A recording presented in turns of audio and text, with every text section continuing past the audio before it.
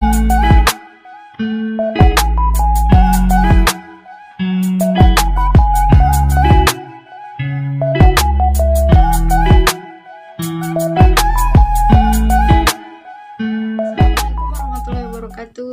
back to my YouTube channel. Kembali lagi di channel aku, Okta Tata Official. Mungkin pada video kali ini, setelah sekian lama aku vakum dan gak ngebuat video, aku datang dengan pembahasan yang berbeda. Kali ini aku akan ngebahas lebih ke sharing mengenai pengalaman aku memutuskan untuk magang dan bekerja di Jepang. Yang mudah-mudahan nanti video ini bermanfaat untuk teman-teman yang memang ada niatan untuk pergi ke Jepang dan magang ke Jepang gitu.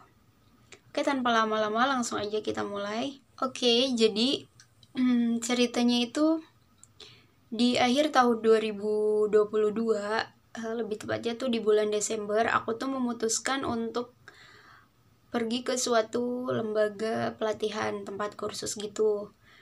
Jadi aku memutuskan untuk tidak belajar secara mandiri, tidak otodidak gitu. Aku kayak lebih butuh ada gurunya, ada teman-temannya gitu untuk pemahamannya. Akhirnya aku pergi ke tempat kursus di akhir 2022. Kemudian masuk awal 2023 di bulan Februari ya kalau nggak salah tuh, Februari atau Januari, aku ngikut mensetsu atau yang biasa disebut dengan wawancara gitu pada umumnya bahasanya. Jadi aku mengikuti wawancara di salah satu perusahaan yang kebetulan ada di kota Saitama di bidang makanan, yaitu Fujimoto.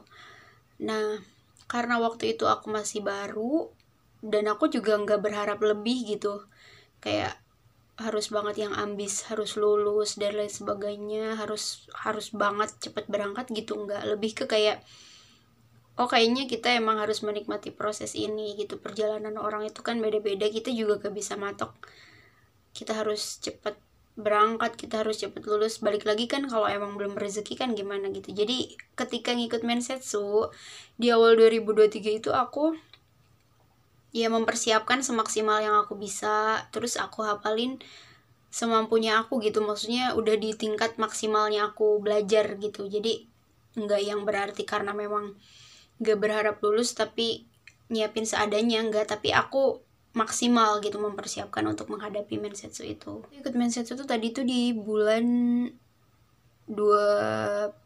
Februari tanggal 22 2023. Nah, akhirnya karena memang dari awal aku nggak ambis dan emang nggak expect tinggi gitu kan, kayak hasilnya mau lulus atau enggak aku udah ikhlas gitu.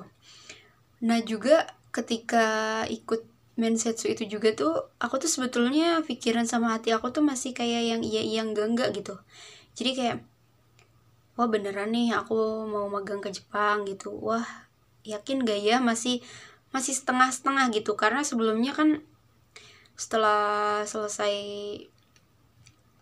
kuliah itu aku memutuskan untuk ngajar selama 1 tahun. Nah akhirnya kan habis ngajar itu udah menikmati lah sebetulnya, menikmati pekerjaan aku ngajar, deket sama keluarga, deket sama adik-adik gitu.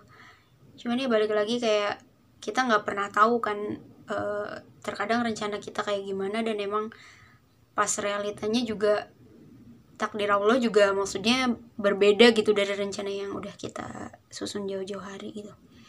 Akhirnya pengumumannya itu di tanggal 2 Maret kalau nggak salah, 2 Maret 2023, dan kalian tahu hasilnya, alhamdulillahirrahmanirrahim. Aku keterima bareng teman-teman aku 6 orang. Kita semua perempuannya 7 orang dan cowoknya 5 orang, jadi total 12 orang. Itu kandidat yang keterima. Nah akhirnya setelah keterima itu membuka pikiran aku lah bahwa kayaknya udah saatnya kita memantapkan hati gitu untuk lebih fokus belajar, lebih kayak emang udah bener-bener kita tuh emang bakal ke Jepang gitu. Aku tuh bakal ke Jepang gitu. Jadi udah nggak ada waktu lagi untuk memikirin kayak ragu mau tetap di Indonesia atau akan ke Jepang gitu. Nah akhirnya setelah mensetsu itu tuh selang beberapa sebulan atau 2 bulan, aku nggak tahu, lupa lagi. Akhirnya kita bikin paspor kan, terus tanda tangan kontrak. Posisinya ketika itu aku masih belajar bahasa Jepang, maksudnya aku bukan tipe yang anak yang mahir bahasa Jepang, enggak. Aku bener-bener yang belajar dari awal banget, yang enggak pas aku masuk ke lembaga kursus tuh aku yang memang dari nol gitu. Maksudnya hiragana, katakana aku bener-bener belajar ketika aku baru masuk ke LPK gitu. Jadi bukan yang dari rumah aku udah ada bekal kosakata, udah bisa hiragana, katakana tuh enggak. Jadi bener-bener yang dari nol. Jadi mungkin kalau dibandingkan dengan teman-teman aku yang lain juga aku jauh gitu, maksudnya mereka udah lebih mahir lah daripada aku gitu. Akhirnya balik lagi ya, di situ membuka pikiran aku bahwa kayaknya emang udah saatnya kita nggak ragu lagi, bahwa ini emang udah keputusan yang emang mungkin sesuai sama takdir Allah gitu ya. Akhirnya setelah itu, singkat cerita, di bulan Oktober 2023 akhirnya kita terbang ke Jepang. Dan waktu itu selama 1 bulan belajar dulu di Senta ya, kalau kata orang-orang gitu nyebutnya Senta. Nah kemudian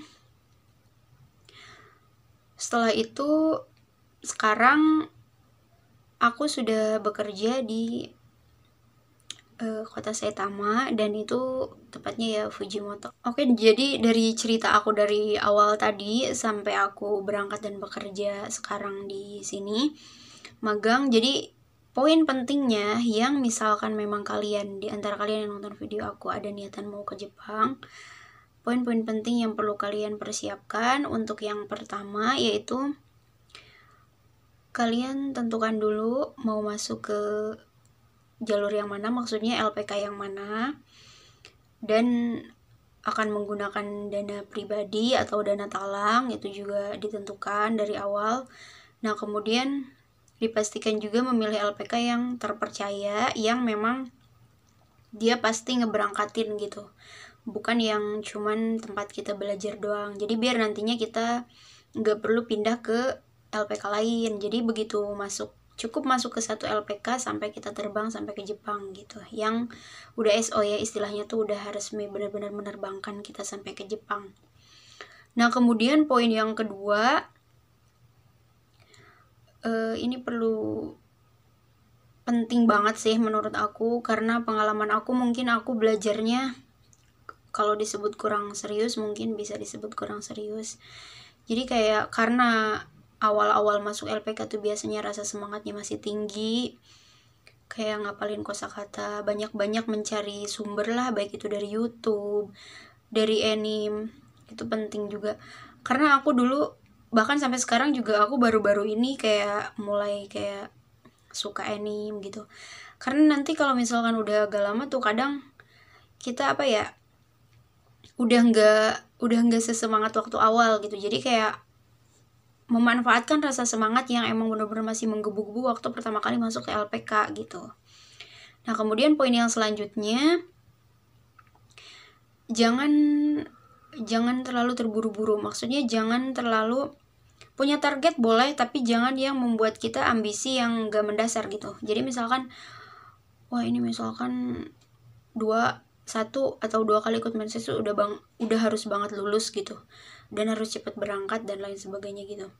Kalau untuk semangat itu bagus, boleh. Cuman kalau untuk misalkan kita kayak ambis banget, terkadang kayak pembelajaran selama 1 tahun yang aku ambil selama di LPK kemarin yang aku dapatkan gitu, kayak apa ya, semakin kita mengejar sesuatu yang memang kita benar-benar ambis, yang memang kayak kita harus banget nih dapat gitu, terkadang sama Allah tuh dijauhkan gitu. Jadi bukan berarti emang Allah nggak mengabulkan doa-doa kita, bukan, tapi lebih ke kayak terkadang Allah tuh pengen ngasih pengertian ke kita bahwa sisakan sedikit ruang di dalam hati kita, bahwa ketika kita berencana, kita jangan lupa kalau kita perlu ikhlas gitu, menerima bahwa ada takdir Allah yang jauh di atas doa-doa kita, yang terkadang nantinya kalau misalkan kita nggak menyisakan ruang di hati kita untuk ikhlas, kitanya jadinya kecewa gitu. Maksudnya ketika hasil tersebut memang nggak sesuai sama keinginan kita,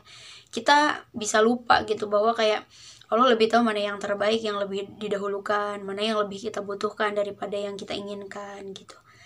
Nah gitu, jadi untuk mengurangi rasa kekecewaan juga gitu. Terus nanti misalkan kalau pengalaman aku kemarin sih, tahun kemarin itu kayak karena kan aku cukup lama juga ya di LPK, sekitar sampai terbang itu 10 bulan ya kalau nggak salah. Nah jadi terkadang tuh ada orang-orang sekitar yang memang mereka berangkat ke Jepang juga tapi lebih cepet gitu, maksudnya kayak 6 bulan udah terbang, berapa bulan udah terbang. Kita udah nggak usah fokus ke orang lain, maksudnya balik lagi bahwa rezeki dan ketentuan yang kita miliki itu nggak sama orang gitu.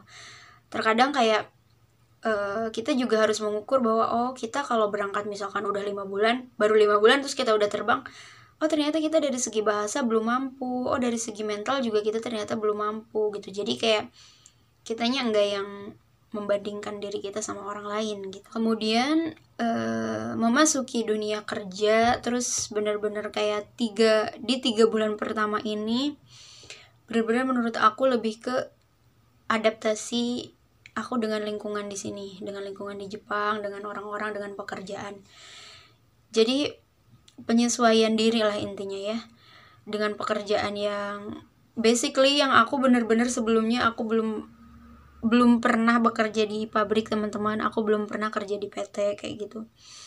Jadi dari segi cara aku bekerja yang mungkin tidak secepat orang, dari cara bekerja aku yang enggak secekatan orang gitulah.